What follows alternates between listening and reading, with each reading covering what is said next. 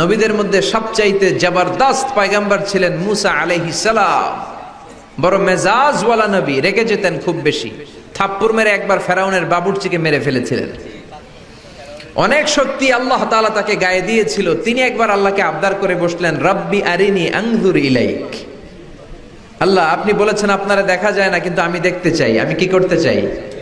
জোরে বলেন। আল্লাহ বললেন, লান তারানি, never you can see me, never you can see me. তুমি আমাকে দেখতে পাবে না, কারণ আমাকে দেখা যায় না।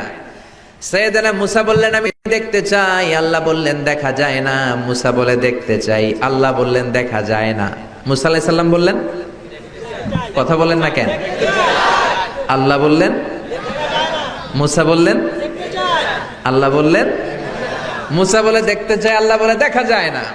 কিন্তু সাইয়েদনা মুসা আলাইহিস সালাম ছেড়ে দেবার পাত্র নয়, হেরে যাবার পাত্র নয়, পিছু হটার পাত্র নয়। মনে যেটা উঠেছে আদায় করার পাত্র হলো মুসা, ঠিক কি না?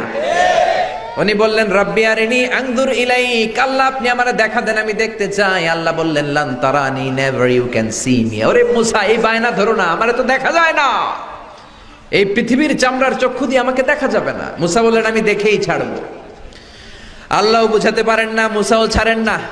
অবশেষে নবীর আবদার রব্বুল আলামিন শুনতে রাজি হলেন। আল্লাহ বললেন, মুসা, আগামীকাল অমুক সময়ে গোসল করে ওযু করে তুর পাহাড়ে চলে আসবা। তুমি যখন দেখতেই চাও, আগামীকাল তুর পাহাড়ে চলে এসো। সাইয়েদনা মুসা আলাইহিস সালাম তুর পাহাড়ে চলে এসেছেন, কারণ উনার ফিলিংস আমাদের ফিলিংস একরকম নয়। আমরা কি আল্লাহর কথা শুনি? জোরে বলেন। কিন্তু ওয়া কাল্লামাল্লাহু মুসা তাকলিমা, উনি আল্লাহর কথা শুনতেন।